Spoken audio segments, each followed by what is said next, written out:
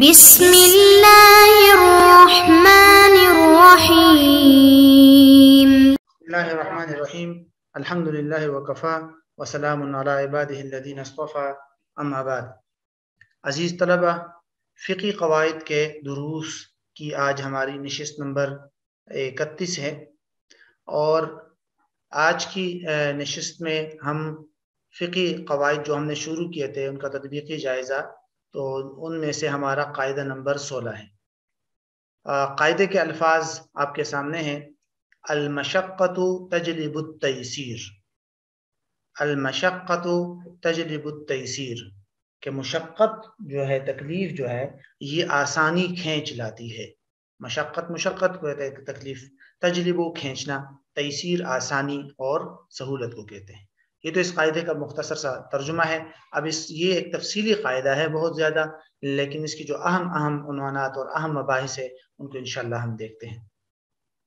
پہلا عنوان اس قاعدے کا یہ ہے دیگر تعبیرات، کہ یہ قاعدہ جو ہے یہ ان تعبیرات کے ساتھ بھی ملتا ہے۔ یجوز فی الضرورہ ما لا یجوز فی غیرہا، کہ ضرورت میں، مجبوری میں وہ چیزیں جائز ہے جو غیر کسی اور حالت، ضرورت کے علاوہ حالت میں جائز نہیں ہوتی۔ اسی طرح موضع الضرورہ مستثنی عن موجب الامر، کہ ضرورت کا جو موقع محل ہوتا ہے وہ امر کے موجب اور امر کے تقاضوں سے مستثنی ہوتا ہے۔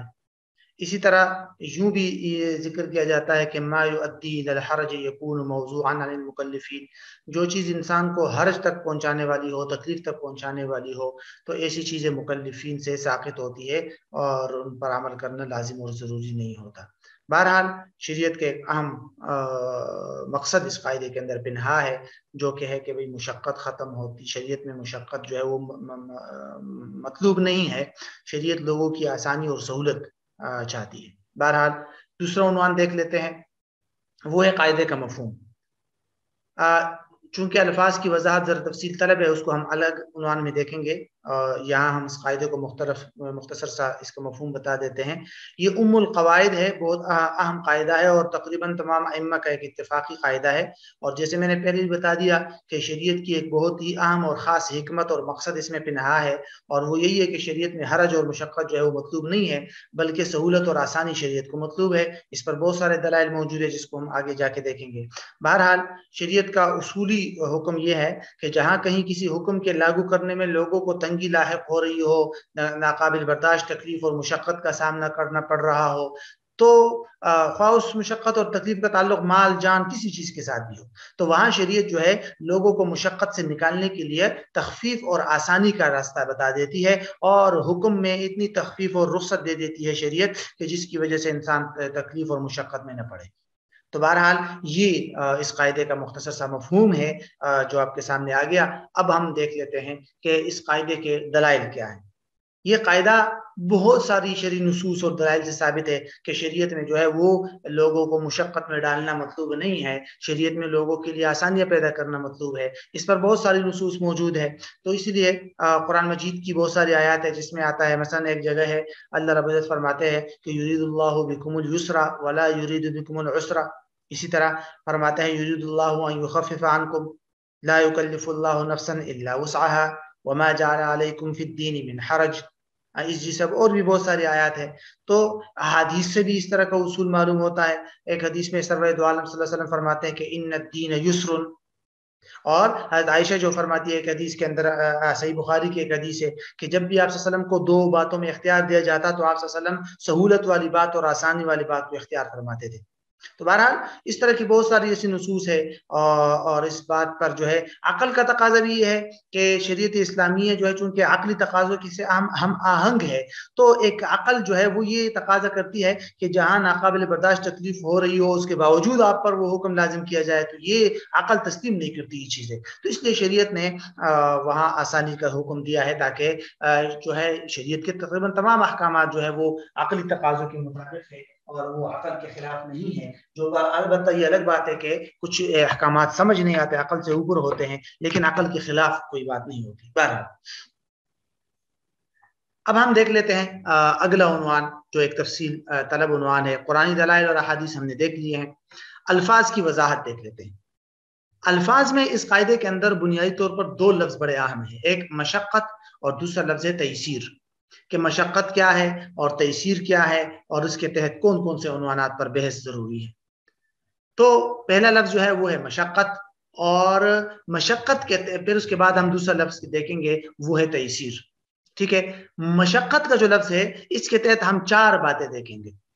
سب سے پہلے مشقت کی تعریف، نمبر 2 مشقت کی اقسام اور مراتب، نمبر 3 معتبر مشقت کی شرائط، اور نمبر 4 اسباب مشقت اور ان کی سہولتیں۔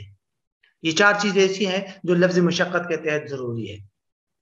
تو ترتیب وار ہم ان چار باتوں کو دیکھ لیتے ہیں۔ سب سے پہلے ہم مشقت کی تعریف دیکھ لیتے ہیں۔ مشقت جو ہے لغوی معنی تو اس کے آتے ہیں کلفت، مصیبت اور دشواری، شق سے ماخوذ ہے نا، قرآن مجید میں بھی استعمال ہوتا ہے کہ وَتَحْمِلُ أَثْقَالَكُمْ إِلَى بَلَدٍ لَمْ تَكُونُوا بَالِغِيهِ إِلَّا بِشِقِّ الْأَنفُسِ، ٹھیک ہے، جان جھونکوں میں ڈالنا۔ بہرحال، اور اصطلاح میں اس کی تعریف یوں کی جاتی ہے کہ مشقت اس تکلیف کو کہتے ہیں جو عام عادت سے بڑھ کر ہو اور انسان کے لیے اس کو برداشت کرنا جو ہے وہ ممکن نہ ہو عادتاً، ٹھیک ہے، یعنی المشقہ الخارجہ عن حد العادہ، جو عادت عام عادت کے خلاف ہو اور عمومی طور پر لوگ اس کو برداشت نہ کر سکتے ہوں، وہ مشقت مراد ہے۔ چھوٹی موٹی مشقت مراد نہیں ہے کہ جس کو عمومی طور پر لوگ برداشت کرتے ہوں، اور ایسی چھوٹی موٹی مشقت ہے تو شریعت کے احکامات کے اندر بھی موجود ہے۔ سردیوں میں وضو کرنے کا حکم ہے، اسی طرح گرمیوں میں نماز کے لیے جانے کا حکم ہے ظہر میں، اور اسی طرح جہاد کے اندر بھی مشقت ہے، لیکن وہ مشقت جو ہے وہ عادت سے بڑھ کر نہیں ہے، ناقابل تحمل نہیں ہے۔ تو یہاں جو مشقت مراد ہے اس سے مراد کیا ہے؟ جو عام معتاد یعنی نہ ہو اور عادت سے بڑھ کر۔ دوسری چیز دیکھتے ہیں وہ ہے مشقت کی اقسام اور مراتب۔ عمومی طور پر علماء نے مشقت کی دو قسمیں لکھی ہے، ایک مشقت معتادہ اور دوسری مشقت غیر معتادہ۔ مشقت معتادہ جو انسان جس کو انسان تحمل کر سکتا ہو، انسان کی عادت کے تحت آتا ہو، ایسی مشقت، چھوٹی موٹی تکلیف، اس کا تو شریعت میں اعتبار ہی نہیں ہے۔ اور مشقت غیر معتادہ جو معتبر ہے، جو عام معمول سے بڑھ کر ہو اور عموماً انسان اس کا تحمل نہ کر سکتا ہو، جیسے بسا اوقات انسان وضو نہیں کر سکتا، تکلیف ہوتی ہے، ناقابل برداشت، تیمم کی اجازت دے دی گئی۔ اسی طرح دن رات دونوں میں مسلسل روزے رکھنے کو منع قرار دیا گیا۔ بہرحال تو اس طرح کی جو مشقتیں ہیں جو شریعت میں جو ہے وہ معتبر ہوتی ہے، اور اس کی بنیاد پر شریعت نے بہت ساری سہولتیں دی۔ مراتب کی بات ہو تو علماء نے 3 مراتب بھی ذکر کیا ہے، ایک مشقت عظیمہ، دوسری مشقت خفیفہ اور تیسری مشقت متوسطہ۔ مشقت عظیمہ کا مطلب ہوتا ہے ایسی مشقت اور تکلیف جس میں انسان کی جان جانے کا خطرہ ہو یا عضو کے تلف ہو جانے کا خطرہ ہو۔ یہ بہت بڑی مشقت ہے، اور اس کی وجہ سے شریعت نے بہت سارے حرام چیزوں کو بھی حلال قرار دیا ہے۔ خنزیر کھانے کی اجازت دے دی گئی اس حالت میں، اور اس طرح کی حالتوں کے اندر شراب پینے کی اجازت دے دی گئی ہے۔ بہرحال مشقت خفیفہ کا مطلب ہوتا ہے ہلکی سی مشقت اور تکلیف جو بالکل ناقابل اعتبار ہو، مثلا کسی ہاتھ میں درد ہونا، سر میں چھوٹا موٹا درد ہونا وغیرہ وغیرہ، اس کا کوئی اعتبار نہیں ہے۔ اور مشقت متوسطہ کہ جو مطلب ہو تو زیادہ لیکن اس میں جان جانے یا عضو کے تلف ہو جانے کا اندیشہ نہ ہو، جیسے مثلا سخت بیماری ہو سکتی ہے، بخار ہے جو بہت زیادہ ہو گیا، تو اس کے اندر بھی شریعت نے سہولتیں دی ہوئی ہے۔ اگرچہ ہر جگہ حرام کو حلال نہیں قرار دیا اس کی بنیاد پر، لیکن بہت ساری سہولتیں اس میں بھی شریعت نے دی ہے۔ وضو کے بجائے تیمم کی اجازت دے دی، سفر کے اندر 4 کے بجائے 2 رکعت کر دی، روزے کو چھوڑنے کی اجازت دے دی۔ کیونکہ وہ مشقت متوسطہ ہے، اگرچہ اس میں جان جانے یا اس میں عضو کے تلف ہو جانے کا نہ بھی اندیشہ ہو تو بھی اس کے اندر اجازت دی گئی ہے۔ بہرحال یہ ہے مشقت کی اقسام اور مراتب۔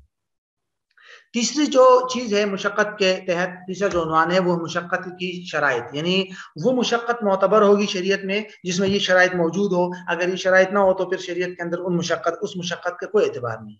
ایک شرط تو یہ ہے کہ مشقت ایسی ہو جو عام عادت سے بڑھ کر ہو، تحمل اور ناقابل برداشت ہو، یعنی انسان اس کو برداشت نہ کر سکتا ہو۔